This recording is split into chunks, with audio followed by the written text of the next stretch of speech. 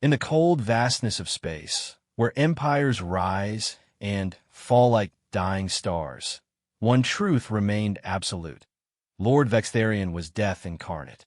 For 3 centuries, his massive dragon-like form had carved through the galaxy's most fortified defenses, his obsidian scales deflecting weapons that could shatter moons, his telepathic roar silencing entire fleets before they could fire a single shot. Entire species spoke his name in wished whispers, their military academies teaching defensive strategies that all concluded with the same hopeless advice.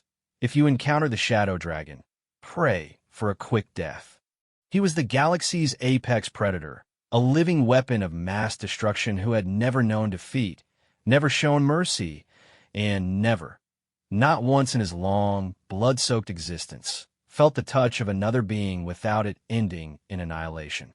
Until today, until a small human child, no taller than his lowest claw, looked up at his terrifying visage with bright, fearless eyes and spoke a single word that would shatter everything he thought he knew about power, about himself, and about what it truly means to be untouchable.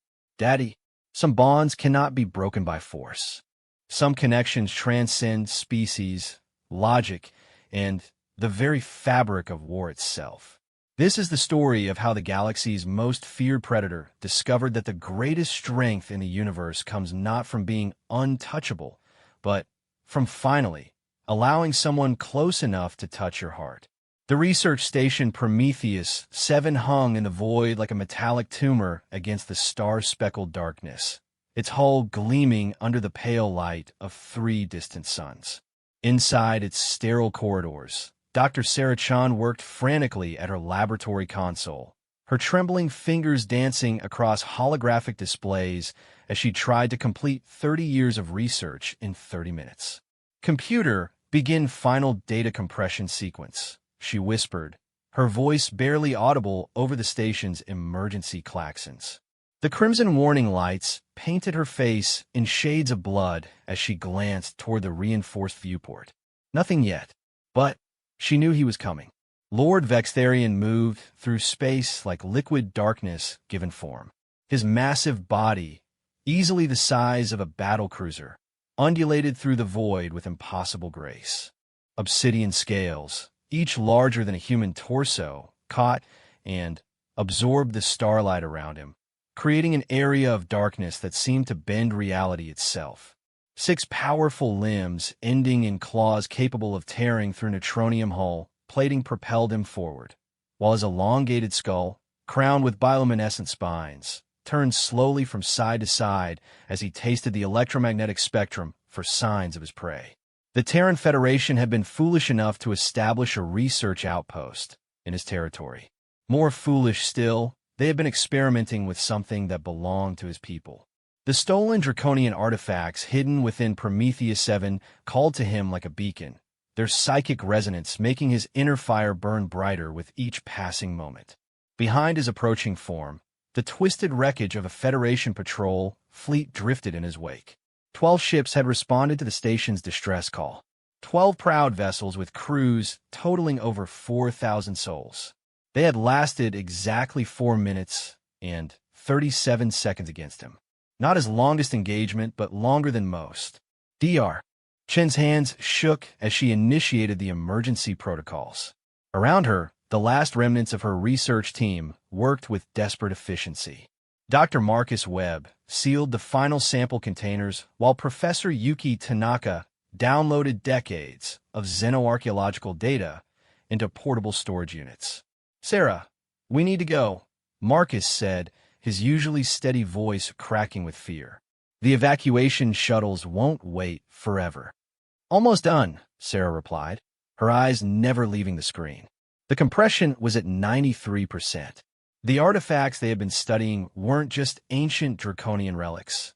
They were something far more significant. Memories. Genetic memories stored in crystalline matrices that held the entire history of the Draconian Empire.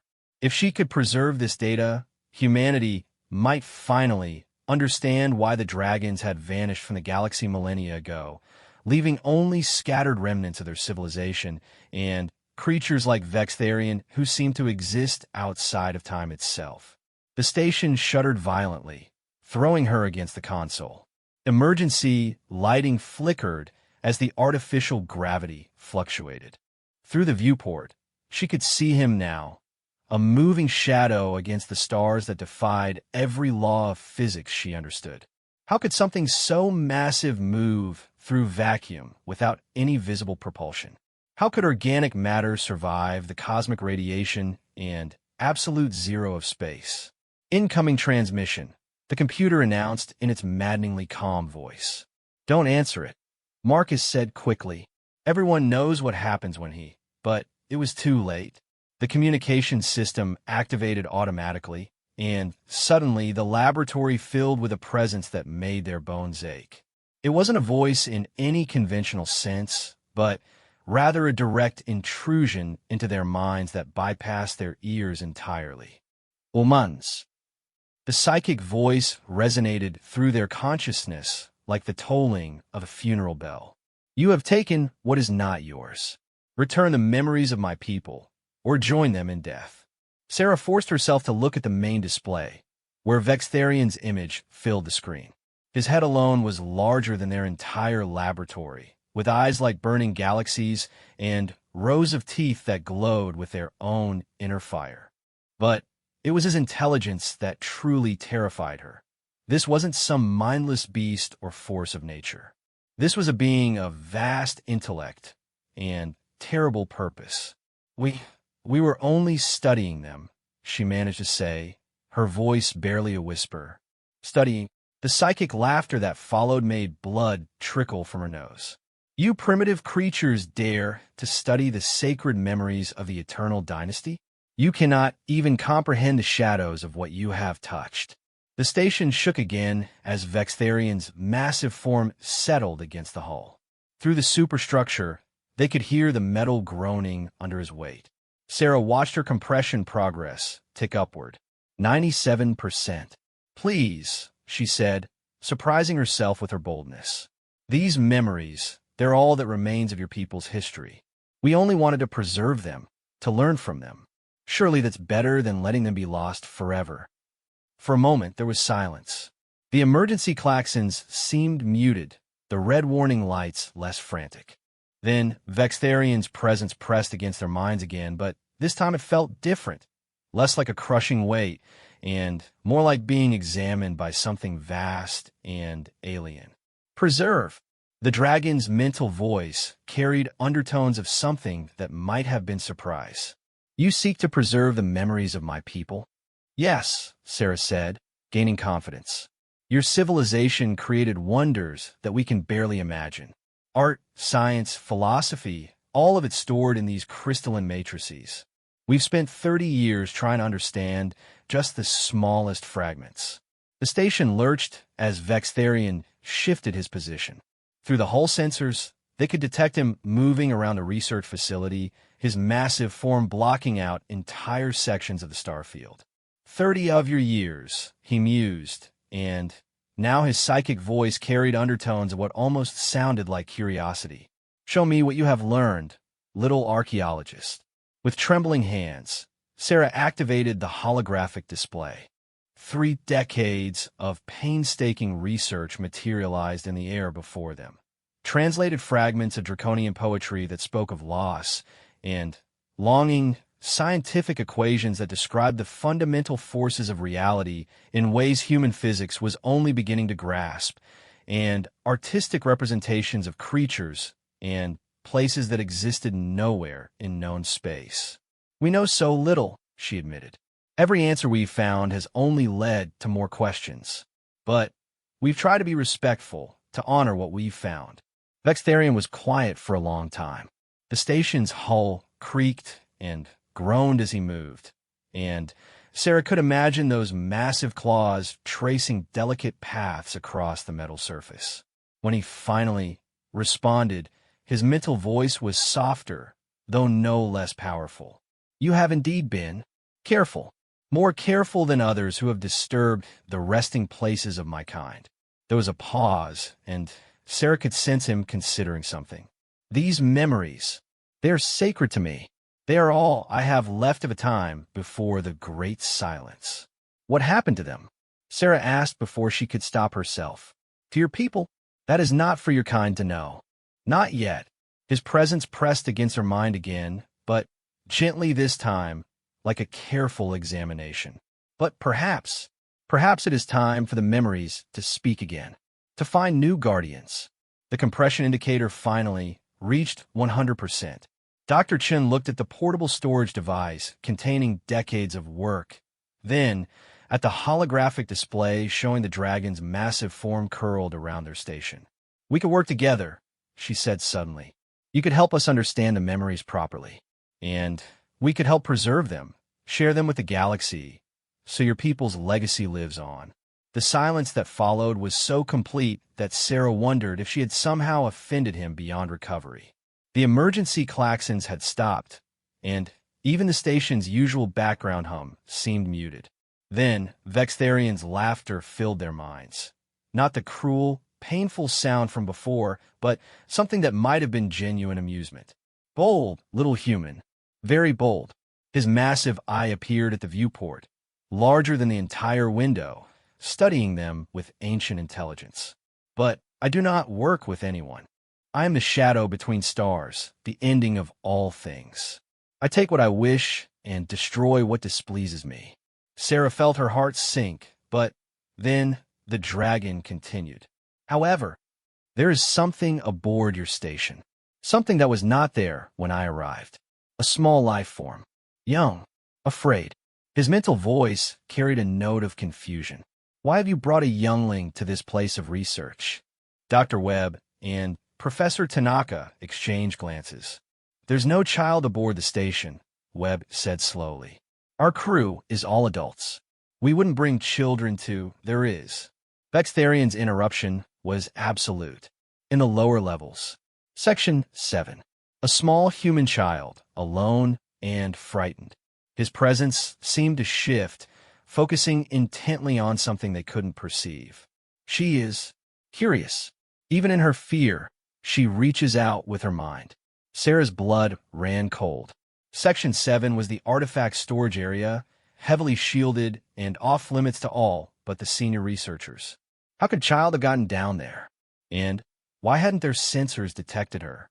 We need to check this, she said, grabbing an emergency scanner. If there really is a child aboard the station. But even as she spoke, she could sense Vextharian's attention shifting away from them entirely. The massive dragon was moving again, his form sliding along the station's hull with surprising delicacy. Through the ship's internal sensors, they could track his movement as he positioned himself near Section 7. The little girl, Sarah whispered, understanding flooding through her. He's going to find her first. In the depths of Prometheus 7, in a storage bay filled with carefully cataloged draconian artifacts, a 6-year-old girl named Emma sat huddled behind a containment unit.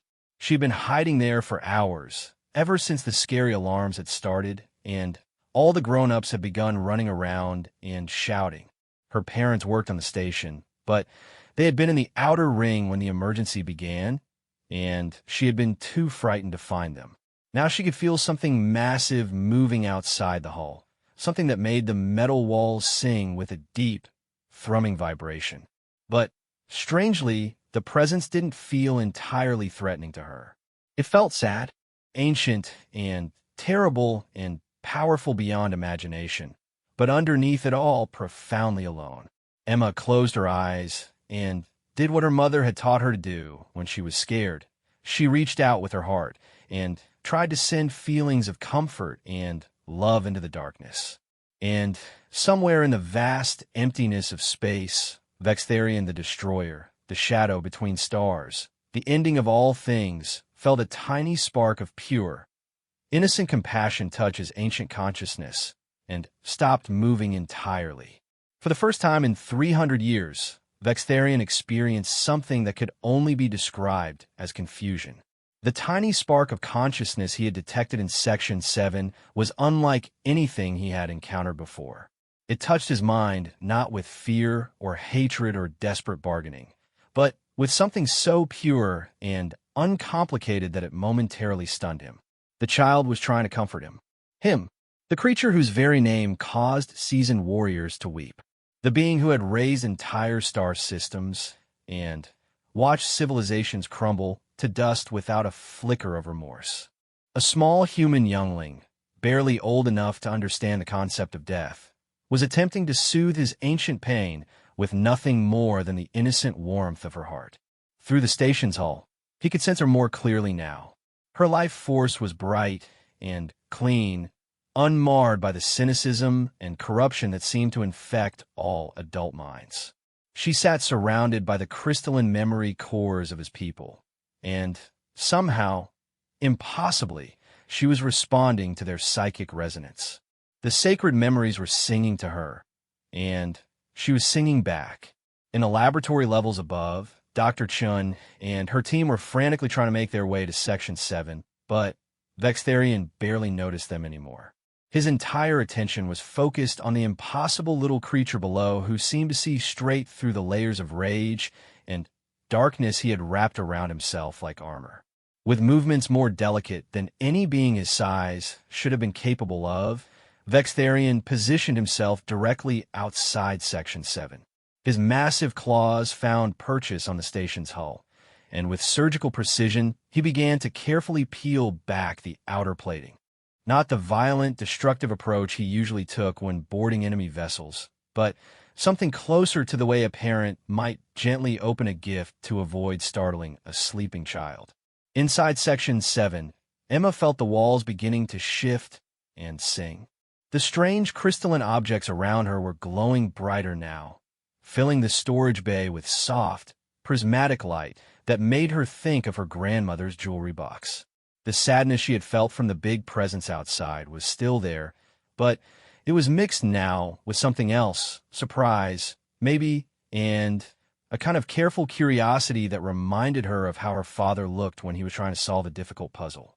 The outer hull peeled away like flower petals, revealing the infinite darkness of space beyond. But instead of the explosive decompression that should have killed her instantly, Emma found herself surrounded by a shimmering energy field that kept the air and warmth intact. Through this protective barrier, she looked up into the face of Lord Vextharian for the first time. Most beings would have died of shock at that moment. The dragon's head was enormous, easily the size of a small building, with features that seemed designed by nightmares. Rows of crystalline teeth glowed with internal fire, while his eyes, each one larger than Emma herself, burned with the light of dying stars. Spines and ridges covered his elongated skull, and when he breathed, small wisps of superheated plasma escaped from between his teeth. Emma looked at this terrifying visage and smiled. "Hi," she said, her voice tiny but clear in the artificial atmosphere he was maintaining around her. "You're really big." Vextharian's massive head tilted slightly, an expression of pure bewilderment crossing his alien features. In all his centuries of existence, no being had ever greeted him with such casual friendliness. Usually, first contact involved screaming, pleading, or immediate attempts at violence. This small creature seemed utterly unimpressed by his fearsome appearance. "You are not afraid," he said, his mental voice softer now, though it still resonated through her consciousness like distant thunder. "Why are you not afraid?" Emma considered this question with the serious thoughtfulness that only children can bring to important matters. She looked around at the glowing crystals, then back up at his massive face. "My mama says being scared doesn't help anything," she said finally. "And you feel sad, not mean. Sad things usually just need someone to be nice to them."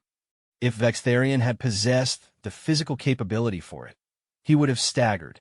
This tiny being had looked into the depths of his consciousness, into the rage and pain and endless isolation that had defined his existence, and her first instinct was to offer comfort. "What is your name?" "Small one." "Emma," she replied, then added with careful politeness, "What's yours?" For a moment, Vextharian didn't know how to answer. His true name was a concept that existed in harmonics beyond human hearing, a psychic signature that carried the weight of his entire history. But the name the galaxy knew him by, Lord Vextharian, the shadow dragon, the destroyer of worlds, suddenly seemed too harsh for this gentle creature. "I am called many things," he said finally, "but my people once knew me as Vex." "Vex," Emma repeated, testing the syllables. "That's a nice name. It sounds strong." She stood up then, moving carefully among the glowing crystals. Each one was easily twice her height, but she navigated between them with the fearless confidence of childhood. When she reached the edge of his protective energy field, she pressed her small hand against the shimmering barrier. "Are these yours?" she asked, gesturing to the memory cores. "They sing to me sometimes. Pretty songs, but sad ones." Vextharian's breath caught. She could hear the memory resonance. In 3 centuries of existence, he had never encountered another being capable of perceiving the psychic harmonics embedded in draconian artifacts. Even most members of his own species required decades of training to develop such sensitivity. "They're the voices of my people," he said carefully. "Memories of those who came before." "How do you hear them?" Emma shrugged in the way children do when asked to explain something that seems perfectly obvious to them. "They just talk to me, like you do, but different. They show me pictures sometimes, big cities that float in the air, and creatures with wings like yours, and parties with music that makes the stars dance." She paused, then added with devastating innocence, "They miss you. The voices and the crystals. They're happy you found them, but they're worried because you're so lonely." For the first time in 300 years, Vextharian felt something crack in the armor of rage he had built around his heart. This impossible child had somehow perceived truths about him that he had spent centuries trying to hide, even from himself. "I am not lonely," he said, but even as the words formed in her mind, they felt hollow. "It's okay," Emma said gently. "I get lonely sometimes too, especially when Mama and Papa are working, and I have to be quiet so I don't bother them. But being lonely isn't your fault. It just means you need friends." The simplicity of her statement hit him like a physical blow. Friends. When had he last considered such a concept? When had he last sought companionship rather than conquest, understanding rather than submission? "I do not have friends," he said quietly. "I have enemies and victims. Nothing more." "That sounds really hard," Emma said, and her sympathy was so genuine that it made something deep inside his chest ache. "Maybe you could try having friends? I could be your friend if you want. I'm pretty good at it." In the laboratory levels above, Dr. Chun and her team had finally reached the access corridor to Section 7, only to find their way blocked by twisted metal and some kind of energy field that their scanners couldn't penetrate. Through the ship's internal sensors, they could detect life signs from both Emma and the dragon, but they had no way of knowing what was happening down there. "We need to contact Galactic Command," Dr. Webb said, his face pale with stress. If he's doing something to that child." But Dr. Chun was watching the energy readings from the memory cores, and what she saw made her heart race with possibility rather than fear. "Look at these resonance patterns," she whispered. "The artifacts aren't just active, they're harmonizing. I've never seen anything like it." Meanwhile, in Section 7, Emma had begun moving closer to the barrier separating her from Vextharian. The dragon watched her approach with growing fascination. Her life force was unlike anything he had encountered. Bright and clean, yes, but also somehow familiar in a way that defied explanation. "Can you hear the memories clearly?" he asked. "What do they tell you?" Emma closed her eyes and reached out with her mind, the way her mother had taught her to do when she wanted to understand something important. The crystalline cores around her pulsed with soft light, and suddenly her consciousness was filled with images and sensations from a lost age. She saw vast cities suspended in rings around golden suns, where creatures like Vextharian soared through artificial atmospheres between buildings that sang with their own music. She witnessed great ceremonies where the dragon's young were welcomed into the world with celebrations that lasted for entire seasons. She felt the warmth of family bonds that transcended individual identity, the security of belonging to something greater than oneself. And then She saw the end, the great silence that had fallen across the Draconian Empire, the gradual fading of their civilization, not through war or disaster, but through something far more subtle and heartbreaking. They had simply stopped reproducing, stopped building, stopped caring about the future. One by one, they had retreated into solitude, becoming myths and legends rather than living beings. All except for a few, like Vextharian, who had chosen rage over resignation, who had become weapons rather than memories. When Emma opened her eyes, they were full of tears. They were families, she whispered. Big, wonderful families who loved each other so much. And then something made them all go away, and you were left behind.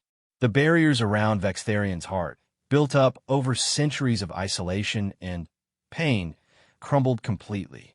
This small human child had seen into the deepest sorrow of his existence, and responded not with fear or pity, but with understanding.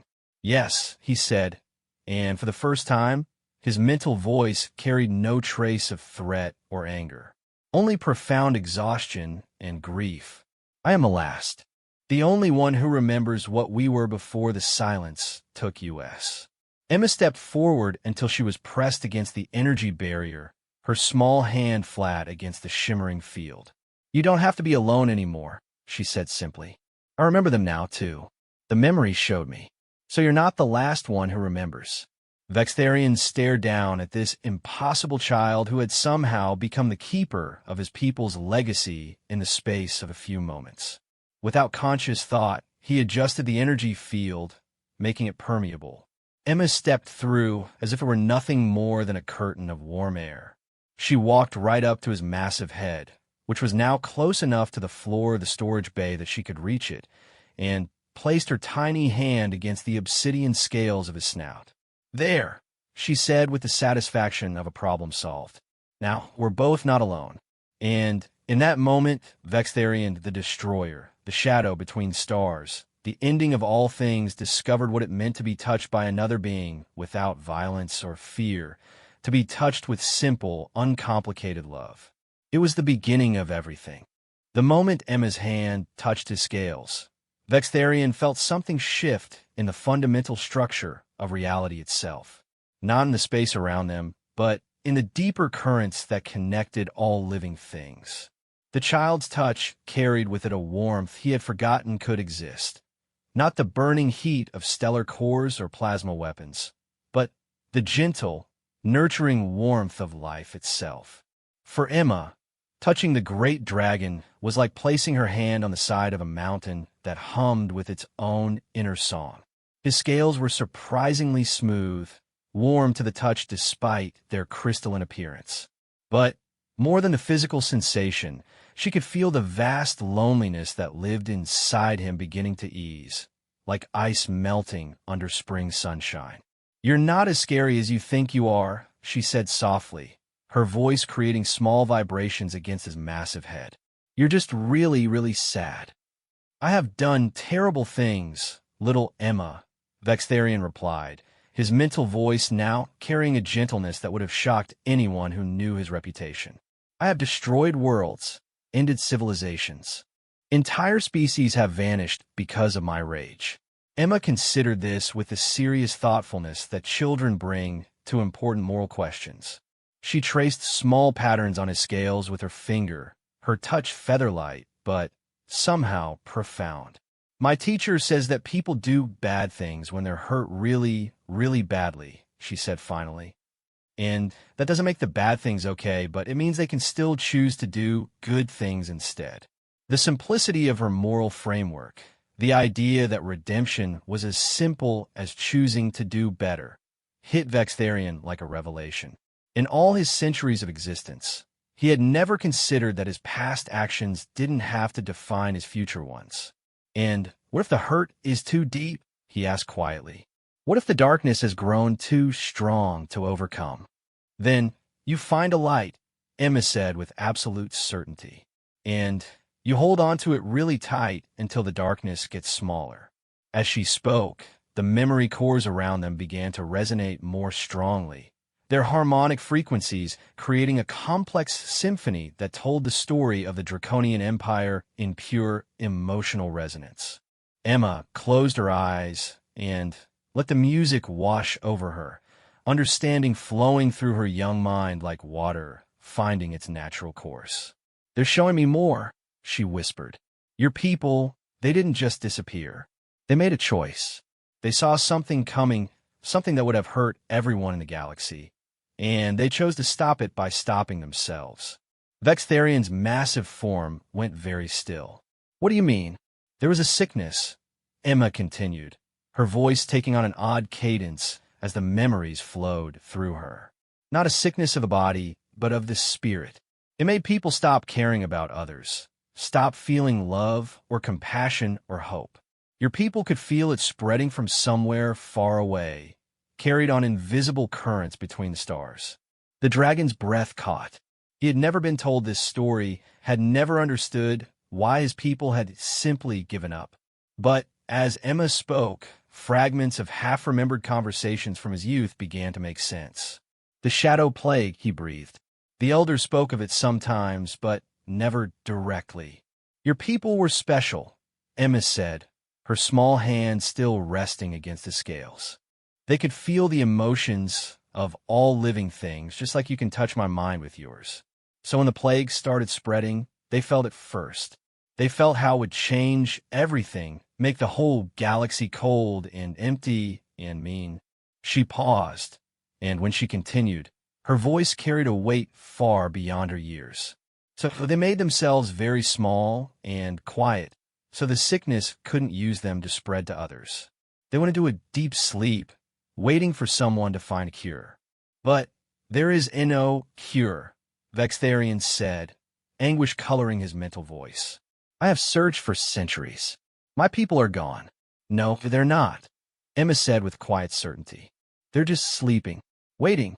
She opened her eyes and looked up at him with an expression that seemed far too knowing for someone her age. "Waiting for someone like you to remember how to love instead of how to hate." The implications of her words hit him like a physical blow. His people weren't dead. They were in some kind of suspended state, waiting for the threat of the shadow plague to pass. And he, in his rage and isolation, had become exactly the kind of being they had sacrificed themselves to prevent. "I have become the very thing they feared," he whispered. "But you don't have to stay that way," Emma said firmly. "You chose to be gentle with me instead of scary. You chose to listen instead of just taking what you wanted. That means you can choose other good things too." Above them, in the laboratory levels, Dr. Chun was watching the sensor readings with growing amazement. The energy output from the memory cores had stabilized into patterns she had never seen before, complex harmonics that suggested the artifacts weren't just active, but actually communicating with each other. "It's like they're waking up," she murmured to Dr. Webb.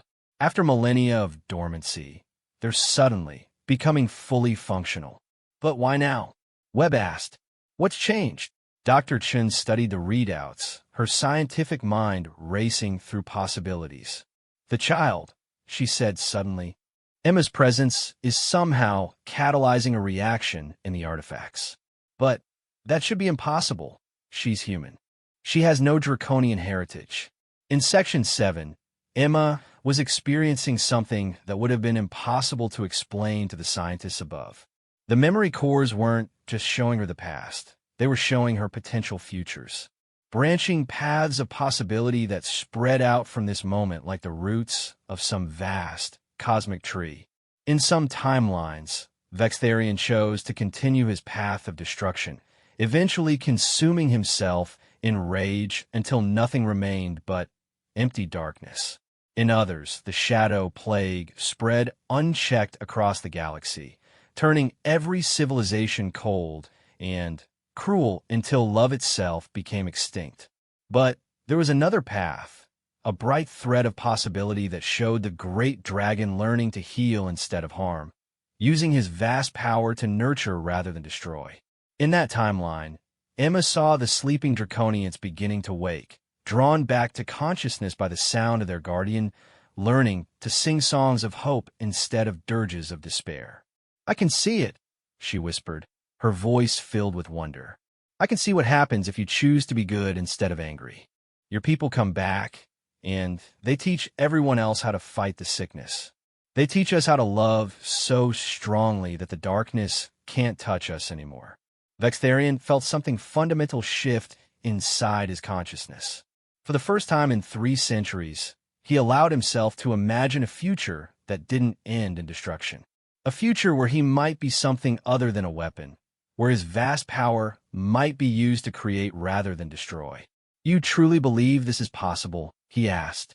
"I believe it because I can see it," Emma replied with absolute conviction. "But it starts with you choosing to be someone different, someone who protects instead of hurts." The dragon was quiet for a long time, processing possibilities that had never occurred to him before. When he finally spoke, his mental voice carried a determination that felt like the movement of continents. "Then, I choose," he said simply. "I choose to be what you believe I can become." Emma smiled, a bright, innocent expression that somehow contained all the hope in the universe. "Good," she said. "But choosing is just the beginning. Now you have to learn how." "Learn how?" "How to be a family," Emma said matter-of-factly. "Because that's what stops the sickness. People loving each other so much that there's no room for anything mean or cold to grow." Vextharian found himself considering this concept with genuine curiosity rather than his usual cynicism. "I have never had a family. I do not know what that means." Emma's face lit up with the excitement of someone who had just been presented with a wonderful new project. "Well, it's easy," she said. "Families take care of each other. They share things, and they worry about each other when they're apart, and they always try to make each other feel better when someone is sad." She paused, then added with the casual confidence that only children possess, "And they love each other no matter what, even when someone makes mistakes." "And you would teach me these things?" "Of course," Emma said, as if the question itself was silly. "That's what families do. They help each other learn how to be better." Something warm and unfamiliar blossomed in Vextharian's chest. For the first time in his long existence, he felt wanted, not feared, not respected, not even needed, but genuinely wanted by another being who saw value in his presence beyond his capacity for violence.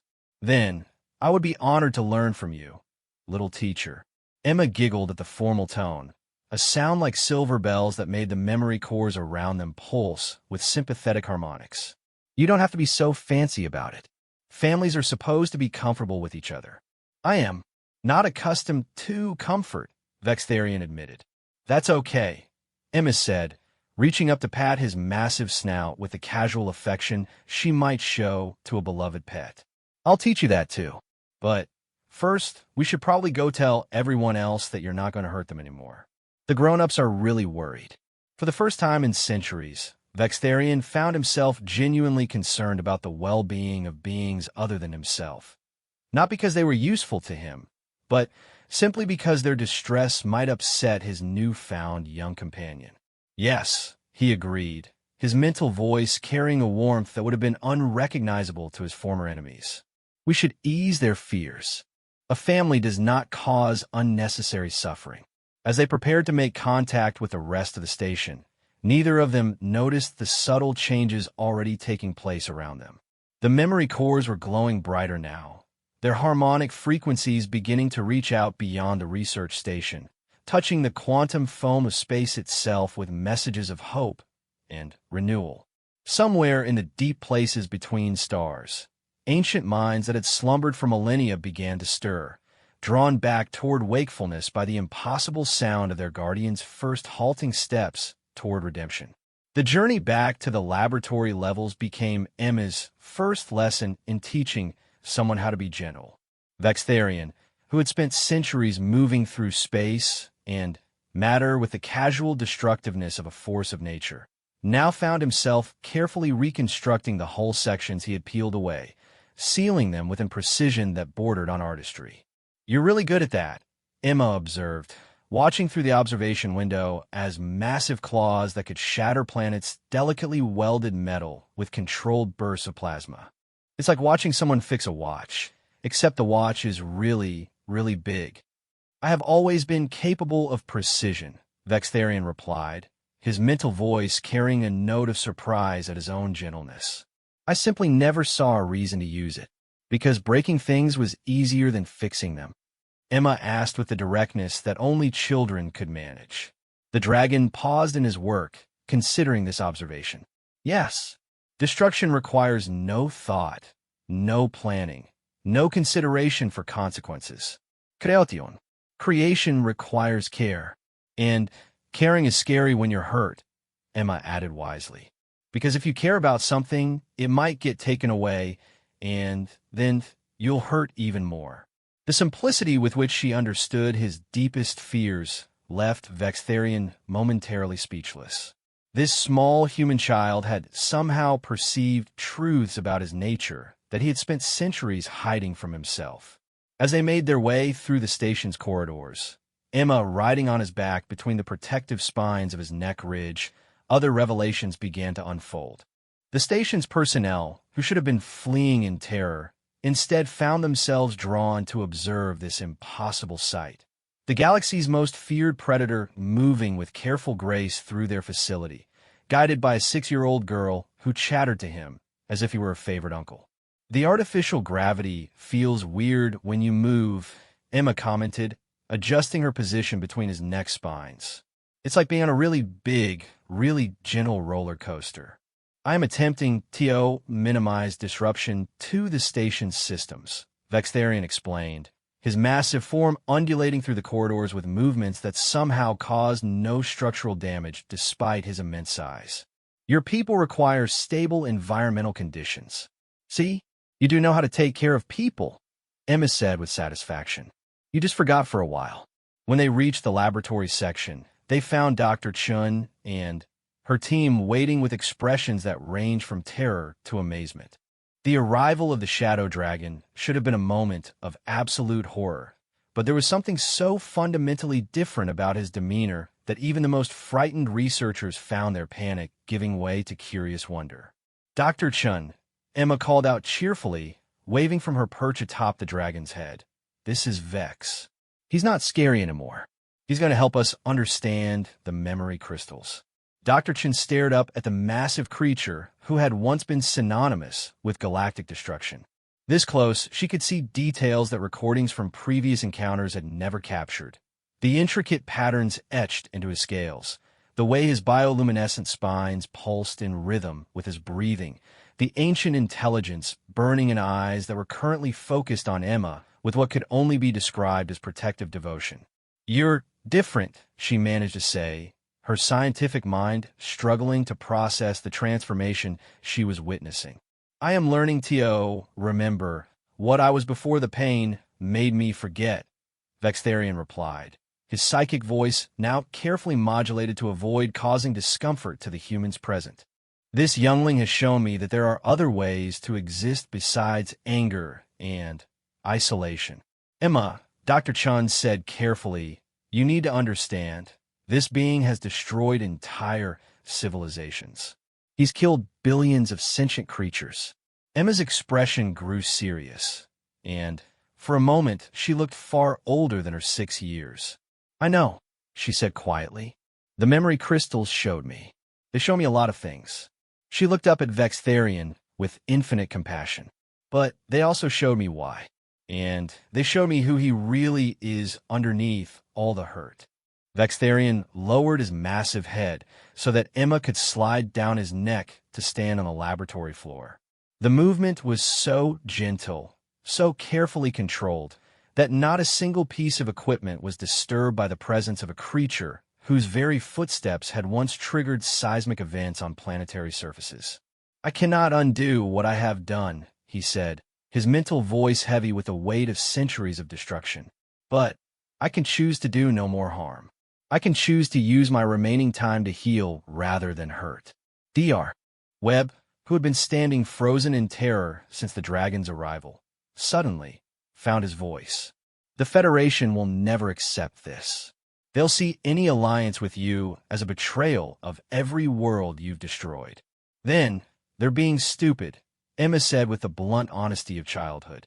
If someone's trying to get better, you're supposed to help them, not punish them for being sad before. It's not that simple, Webb began, but Emma cut him off. Yes, it is, she said firmly. It's exactly that simple. Vex chose to stop being mean and start being good. That's what matters. Vextharian found himself studying this small human who defended him so fiercely against the very people whose species he had terrorized. Her loyalty, given so freely and completely, was unlike anything he had ever experienced. Why? He asked her quietly, his mental voice carrying a vulnerability that would have shocked his former enemies. Why do you believe in me when no one else will? Emma looked up at him with eyes that held depths of understanding far beyond her years. Because I can see who you really are, she said simply. Under all the scary parts and all the angry parts, you're someone who loves his family so much that losing them broke your heart. Someone who spent centuries trying to make the hurt stop the only way he knew how. She paused, then added with the devastating clarity that children sometimes possess, and because you're my friend now. Friends believe in each other. The word friend hit Vextharian like a physical blow, but it was the next word Emma spoke that changed everything. Besides, she continued, reaching out to take his massive claw in her tiny hand, you're going to be the best daddy in the whole galaxy once you remember how. The laboratory fell silent. Dr. Chen's instruments stopped their humming. Even the station's life support systems seemed to pause in their eternal cycling. The word hung in the air like a star being born, pregnant with possibilities that no one present fully understood yet. Daddy, Dr. Chen whispered. Emma nodded, her expression radiant with innocent certainty. Of course. He doesn't have a family anymore, and my mama and papa they're not here right now. Her voice caught slightly, and for the first time since they had met her, she sounded like the frightened child she actually was. I don't know if they're okay. I don't know if I'll see them again. The admission broke something open in Vextharian's chest.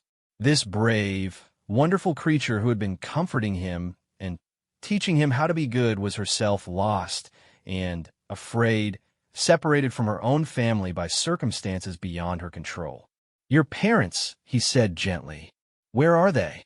They were in the outer ring when the alarm started, Emma said, her eyes bright with unshed tears. The computer said there was a hull breach. I tried to call them, but she didn't need to finish. Everyone in the laboratory understood what a hull breach in the outer ring meant during a dragon attack. The chances of survival were essentially zero. Emma, Vextharian said, his mental voice infinitely gentle. I am sorry. I did not know there were families aboard this station when I arrived. I would have been more careful. I know you would have, Emma said, wiping her eyes with the back of her hand. Because that's the kind of person you really are. The kind who protects little kids instead of scaring them. She looked up at him with an expression that was heartbreaking in its trust and hope. So will you? Will you be my family now? I promise I'll be really good at being your daughter. I'll help you remember how to love people, and you can teach me about the memory crystals and your people's songs. For the third time in their short acquaintance, Vextharian found himself experiencing an emotion he had thought lost forever. But this time, it wasn't confusion or vulnerability or even hope. It was pure, overwhelming love, the fierce, protective devotion that parents felt for their children, magnified by centuries of isolation and made sacred by the innocent trust of a child who had chosen him despite knowing exactly what he was. Yes, he said, his mental voice rough with emotion he was still learning to express. Yes, little one, I would be honored to be your father. Emma's smile could have powered the station's reactors for a year. She threw her arms around the massive claw she had been holding, hugging it tightly against her cheek. I love you, Daddy, she said simply, as if it were the most natural thing in the universe. And, with those 5 words, the transformation of Vextharian from destroyer to protector became complete. The shadow dragon ceased to exist in that moment, replaced by something the galaxy had never seen before, a being of immense power guided not by rage or vengeance, but by the simple, overwhelming desire to keep his daughter safe and happy. "I love you too, my bright star," he replied, the endearment coming to him as naturally as breathing. "And I promise you, no harm will ever come to you while I exist to prevent it." Around them, the memory crystals began to sing, not the sad, mournful songs of loss that had echoed through the storage bay before, but triumphant harmonies of joy and renewal. Somewhere in the deep places between stars, ancient minds stirred more fully toward wakefulness, drawn by the impossible sound of their guardian learning to love again. The shadow plague, which had once seemed destined to consume all compassion in the galaxy, suddenly found itself facing its greatest enemy, a father's love for his child, backed by power enough to remake entire star systems. The war for the soul of the universe had just taken a decisive turn toward hope. 6 months after the first time Emma called him Daddy, Vextharian found himself engaged in what would have been the most impossible activity imaginable to his former self: helping his daughter with her homework. The research station Prometheus 7 had been transformed in the intervening months. What had once been a sterile scientific facility was now something unprecedented in galactic history: the first interspecies family home. Vextharian had used his vast knowledge of exotic matter manipulation to expand the station into something that could comfortably accommodate both human scientists and a dragon the size of a battlecruiser. Gardens filled with bioluminescent plants from a dozen worlds provided natural light and beauty, while carefully engineered atmospheric processors ensured that the environment remained comfortable for all inhabitants. "I still don't understand quantum resonance theory," Emma said, frowning at the holographic display floating above her desk. She was older now, not just chronologically, but in ways that came from having the accumulated wisdom of an ancient civilization available as bedtime stories. "The mathematics are complex," Vextharian agreed, his massive form coiled around the family habitat they had constructed in the station's central hub. His voice had changed over the months, becoming warmer, more expressive. The harsh, psychic dominance of his former communication style had given way to something that could only be described as paternal patience. "But remember what the crystal songs taught you about harmonic frequencies." Emma closed her eyes and reached out with the sensitivity that had grown stronger with practice and guidance. Around them, the memory cores that now served as both library and family heirloom hummed with gentle harmonics, sharing their knowledge freely with the child who had become their keeper. "Oh," Emma's eyes snapped open with understanding. "It's like music, isn't it? Each particle vibrates at its own frequency, and when you match frequencies, they start to sing together." "Exactly," Vextharian said, and the pride in his mental voice was unmistakable. "You learn quickly, bright star." Dr. Chun, who had become something like an honorary aunt in their unusual family structure, watched this exchange from across the habitat with continuing amazement. The transformation she had witnessed over the past months had forced her to rewrite everything she thought she knew about intelligence, consciousness, and the nature of evil itself. The being who now patiently explained advanced physics to a 7-year-old girl bore no resemblance to the monster of galactic legend. This Vextharian laughed at Emma's jokes, worried when she had nightmares, and had once spent 3 full days carefully constructing a dollhouse for her that was an exact replica of the ancient draconian capital city, complete with functional miniature dragons that sang lullabies. "Incoming transmission from a galactic council," the station's communications system announced. Emma looked up from her homework with the expression of someone who had been interrupted during an important task. "Are they being silly again?" she asked. "Probably," Vextharian replied with what could only be described as parental resignation. "But we must be patient with them. They are afraid, and fear makes even wise beings act foolishly sometimes." The main display activated, revealing the austere chamber where the Galactic Council conducted its business. 12 representatives of the major spacefaring civilizations sat in judgment, their expressions ranging from barely controlled terror to righteous anger. Lord Vextharian began Chancellor Kretak of the Altarian Republic, his artificial translator rendering his clicks and whistles into galactic standard. This council demands an explanation for your continued presence in Federation space. I live here now, Vextharian replied simply. This is my home, my daughter's home. Several council members recoiled at the word daughter, as if the concept itself were somehow threatening. Representative Zura, 9 of the Synthetic Collective, spoke next, her optical sensors focusing on Emma with mechanical precision.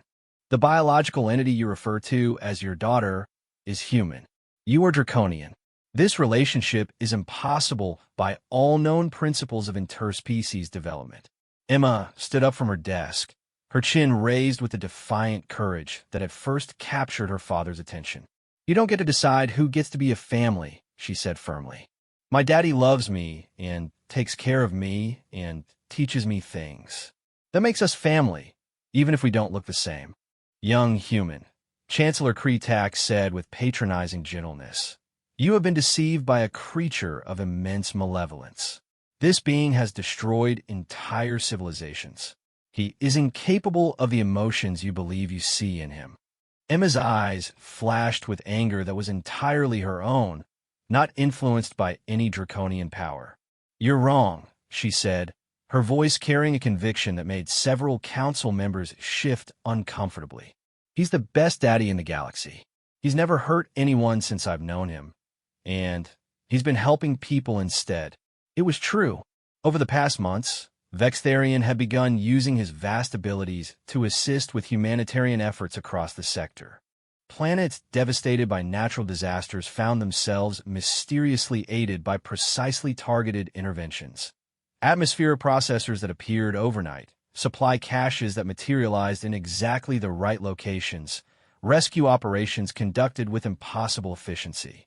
When confronted about these activities, he had simply said that his daughter believed people should help each other, and he was learning to see the universe through her eyes.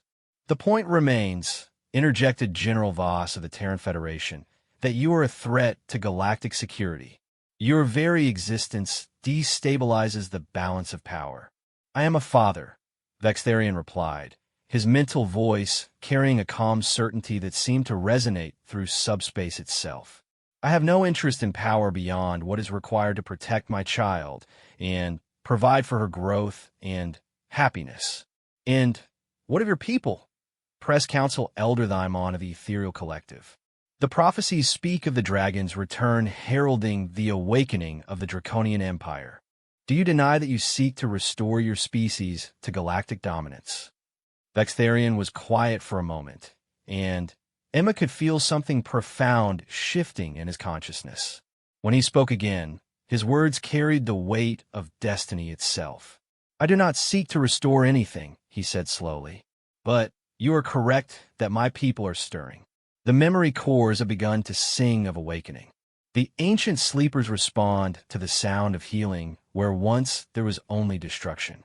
Around them, the crystalline artifacts began to glow more brightly, their harmonic frequencies building toward something that felt like the universe itself holding its breath. They're coming back, Emma said suddenly, her eyes wide with wonder as visions flowed through her consciousness. The sleeping ones.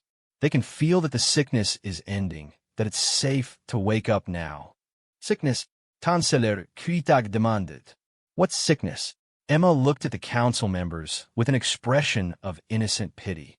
The one that makes people stop caring about each other.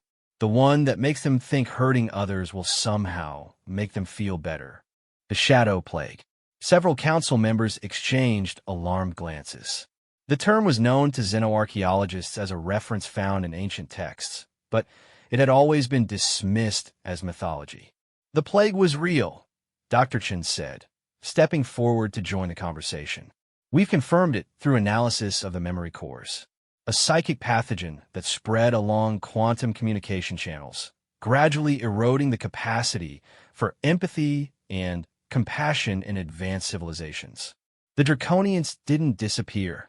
They went into hibernation to avoid spreading the infection. And now? General Voss asked, though his expression suggested he already feared the answer. Now they're waking up, Emma said with radiant joy. Because the cure has been found. What cure? Elder Thaimon demanded. Emma took her father's massive claw in her small hand and smiled up at him with limitless love. Family, she said simply. Love strong enough to fight off any darkness. Love that chooses to heal instead of hurt, to protect instead of destroy. As if summoned by her words, space itself began to shimmer around Prometheus 7. Points of light appeared in the void. Not stars, but something far more wondrous.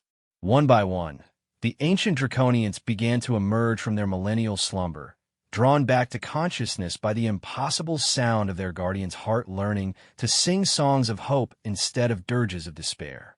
They came slowly at first, magnificent beings of scales and starlight, smaller than Vextharian but no less majestic.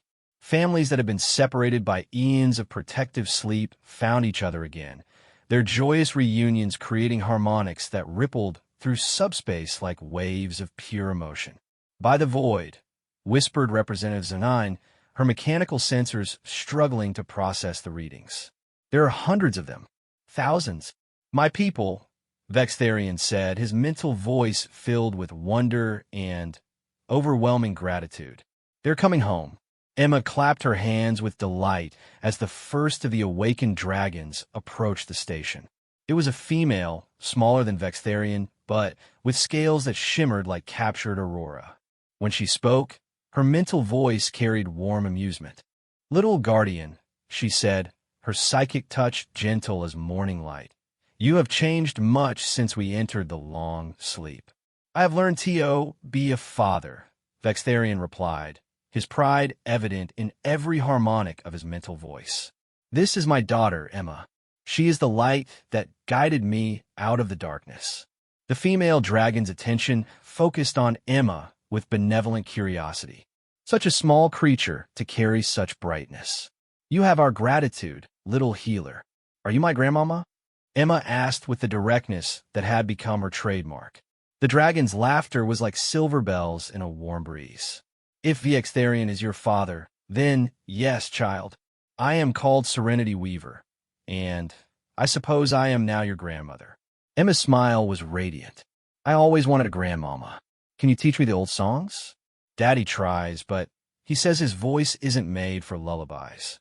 IT would be my honor, little one. The Galactic Council watched this exchange in stunned silence.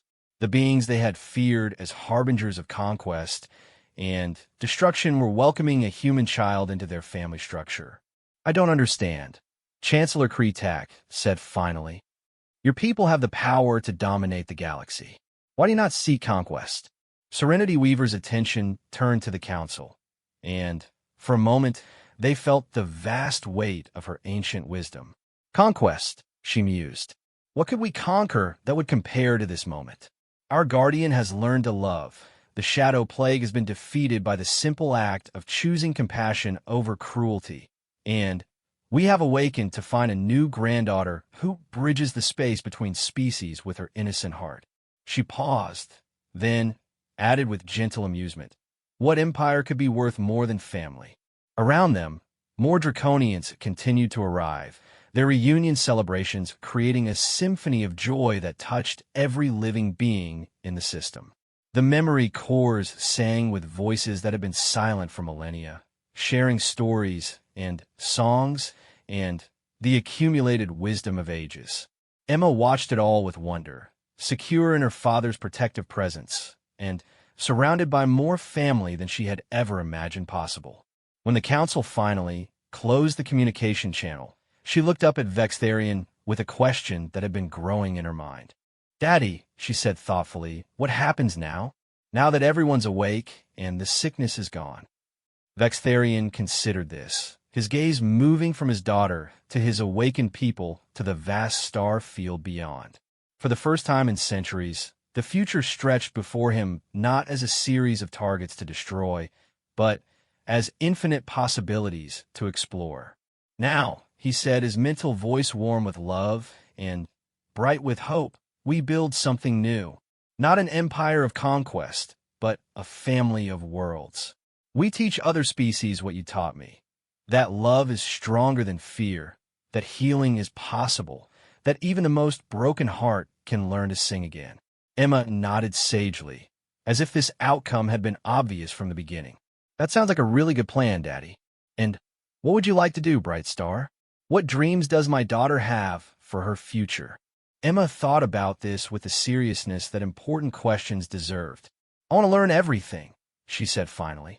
All the songs and stories and sciences. And then I want to teach other kids what you taught me, that families can be any shape or size, and that love is the most powerful force in the universe. Vextharian felt his heart swell with pride and joy. His daughter, this remarkable creature who had seen past his monsters and called forth his better nature, was already planning to share the gifts she had been given. Then, that is what we shall do, he promised. Together, as Prometheus 7 drifted through space, surrounded by the awakened dragons, as the memory cores sang songs of renewal and hope, as beings across the galaxy began to report a subtle but unmistakable lifting of a spiritual weight they had carried for so long they had forgotten it was there, Emma curled up against her father's warmth and smiled. And from that touch, everything else had followed.